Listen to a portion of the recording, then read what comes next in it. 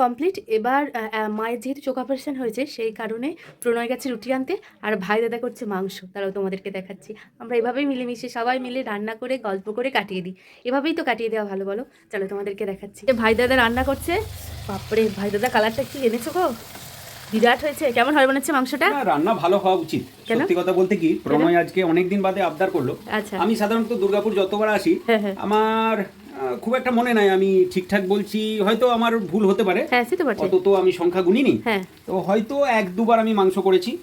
তো মাংসে আমার প্রসিদ্ধি আছে। মাংসে কেন, যে কোনো ধরনের বাঙালি রান্নার উপরে, বাঙালি পদের রান্নার উপরে আমার দক্ষতা আছে। হ্যাঁ, এবং আমি রান্না বান্না মন দিয়ে করি। পিএইচডি বউ পালিয়ে গেল। আমি রান্না বান্না মন দিয়ে করি।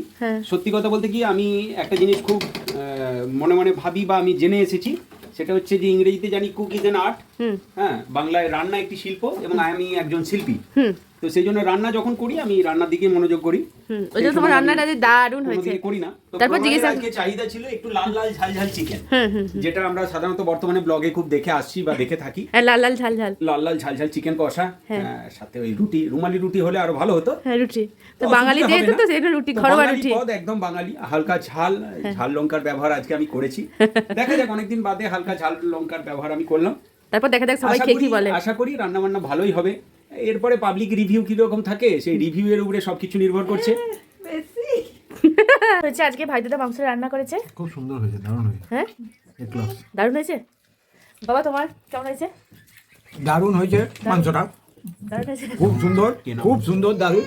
বাবা ভেবেছে হয়তো মাংসটা কেনা মাংস, কিন্তু ভাই দাদা করেছে বুঝতে পারেনি। দারুণ হয়েছে ভাই দাদা। যাও আস্তে আস্তে।